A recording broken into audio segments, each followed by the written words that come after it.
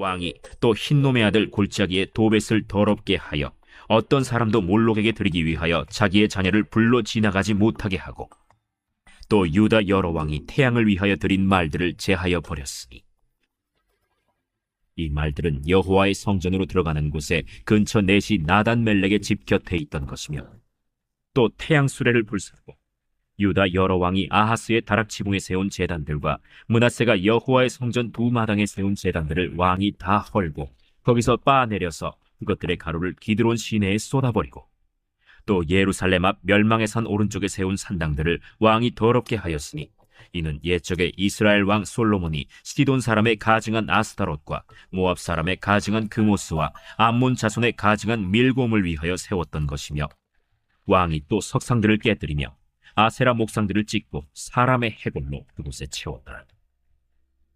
또한 이스라엘에게 범죄하게 한 느밧의 아들 여로보암이 베델에 세운 제단과 산당을 왕이 헐고 또 그 산당을 불사르고 빻아서 가루를 만들며 또 아세라 목상을 불살랐더라.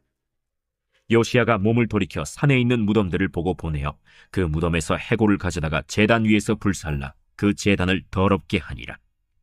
이 일을 하나님의 사람이 전하였더니 그 전한 여호와의 말씀대로 되었더라. 요시야가 이르되, 내게 보이는 저것은 무슨 비석이냐? 성읍 사람들이 그에게 말하되, 왕께서 베델의 제단에 대하여 행하신 이 일을 전하러 유다에서 왔던 하나님의 사람의 묘실이니이다. 그대로 두고 그의 뼈를 옮기지 말라.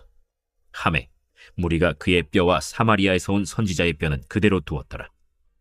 전에 이스라엘 여러 왕이 사마리아 각 성읍에 지어서 여호와를 경노하게 한 산당을 요시야가 다 제거하되 베델에서 행한 모든 일대로 행하고, 또 거기 있는 산당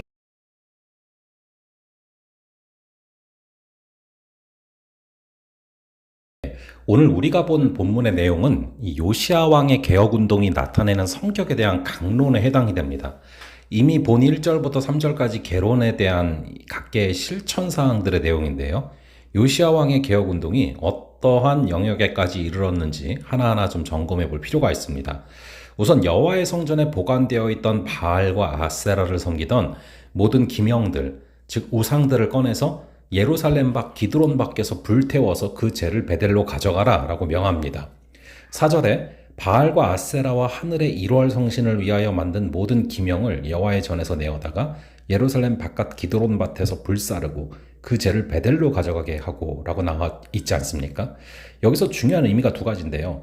하나는 모든 우상 숭배하던 기명들을 기드론 시내가에 가져가서 불살랐다는 겁니다. 이 기드론은 예루살렘 성과 감람산 사이의 계곡과 시내로 옛날 아사왕의 종교개혁 때 이곳에 우상들을 가져다가 불태워버린 적이 있던 우상 척결의 중심지 역할을 한 곳으로 요시야 개혁운동의 첫 관문을 통과한 것과 마찬가지입니다.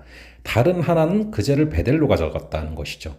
이 베델은 북쪽 이스라엘의 건국 초기부터 금송아지 단을 쌓았던 곳으로서 이스라엘은 이미 오래전에 멸망했지만 그곳에 우상의 재를 뿌리는 것은 유다나 이스라엘에서 더 이상 우상 숭배는 영원히 종식되었다라는 것을 보여주는 일종의 전시 효과입니다. 둘째로 유다의 여러 고을과 예루살렘 등지에 산지에 있던 산당에서 분향하고 우상들을 섬기던 제사장이나 백성들 모두를 폐하여 처치해버립니다.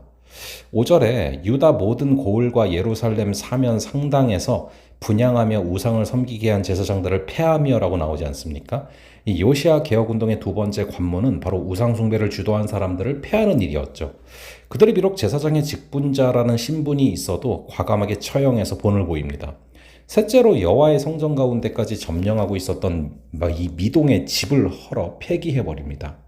7절에 또 여호와의 전 가운데 미동의 집을 헐었으니 라고 나오지 않습니까? 이 내용은 당시 상황을 자세히 알지 못하면 무슨 말인지 잘 모를 수 있는데요. 먼저 여인이 아세라를 위하여 휘장을 짜는 곳이라는 말은 무슨 직공소를 말하는 게 아니고요. 사창가를 말하는 것입니다. 아세라를 우상 숭배하는 남자들에게 이 몸을 주는 여인들의 처소, 곧 종교를 빙자한 어떤 창녀촌이라고 할 수 있죠. 여기 미동이라는 말은 남창이라는 뜻으로서 대개 이방신전 같은 곳에서 여사제들과 함께 남색, 여색들을 원하는 우상 숭배자들과의 행음을 하는 자들입니다. 예루살렘 성전 가운데까지 이 미동의 집이 진출하여 기승을 부렸으니 얼마나 큰 죄악들을 하나님 앞에 저질렀는지 우리는 알 수 있습니다. 넷째로 이스라엘 내에 잔재하였던 잡신들을 모두 지하여 버리는 대청소를 하는데요. 14절에 왕이 또 석상들을 깨트리며 아세라 목상들을 찍고 불살랐더라 나오지 않습니까? 자녀를 불 가운데로 지나게 하는 몰록신, 태양신을 섬기려고 바친 말과 태양수레, 시돈 사람의 가증한 아스타롯, 모압 사람의 가증한 그모스, 암몬 사람의 가증한 밀곰, 아세라 목상, 아하스와 므낫세 왕의 단들을 다 불살라버렸다는 것입니다. 다섯째로 이스라엘 땅인 베델까지 진출해서 산당과 산과 그 묘실과 그 안에 있는 해골들까지 다 불살라서 회파시킵니다. 16절에 묘실에서 해골을 취하다가 단 위에 불살라 그 단을 더럽게 하니라 나오지 않습니까? 우상숭배의 본거지였던 베델의 단 위에 우상숭배하였던 사람들의 해골을 불살라버리는 것입니다. 요시야 왕이 벌인 개혁운동의 영역은 과거와 현재를 연결하고 이스라엘과 유다와 예루살렘 성전의 구석구석까지 손대지 않은 곳이 없을 만큼 총망라하고 있는 것입니다. 그런데 여러분, 이 요시야의 대개혁운동에 대해서는 정말 감탄에 맞지 않을 정도이긴 하지만 문제는 요시야 혼자서 북치고 장구치고 나팔 부는 식으로 하는 것이 너무 안타깝다라는 것이죠. 이렇게 엄청난 개혁운동을 벌이는 동안 요시야 외의 다른 지도자들이나 백성들이 스스로 통에 자복하며 엎드려 기도하는 자들이 잘 보이지 않다라는 것입니다.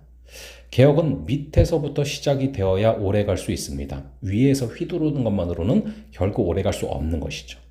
여러분, 교회의 부흥과 변화도 마찬가지입니다. 공동체의 부흥과 변화도 마찬가지예요. 온 성도들이 함께 해야 됩니다. 모두 다 함께 하며 나아갈 때 그것이 지속 가능한 개혁, 지속 가능한 변화가 되는 것입니다. 그러한 것을 사모할 수 있는 우리가 되기를 바랍니다. 잠시 기도하겠습니다.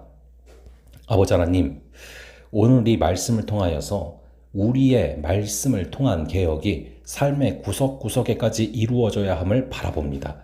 그리고 우리의 삶 속에 깊은 곳까지 들어와 있던 우상을 타파해야 됨을 바라봅니다. 아버지, 그러한 우리 되게 하여 주시고 간절히 바라기는 요시야 혼자서 북치고 장구치는 식으로 이 개혁을 하는 것이 아니라 모든 민족이, 모든 백성이 밑에서부터 통에 자복하며 엎드려 기도할 때 이 변화가 오래 지속되고 이 변화와 개혁이 이루어질 수 있는 것임을 바라보며 우리 모두의 심령에서부터 함께 변화되고 함께 개혁되는 역사를 주님 허락하여 주시옵소서. 감사드리고 이 모든 말씀으로 주 예수 그리스도의 이름으로 기도합니다. 아멘. 그럼 또 다음번에 뵙도록 하겠습니다.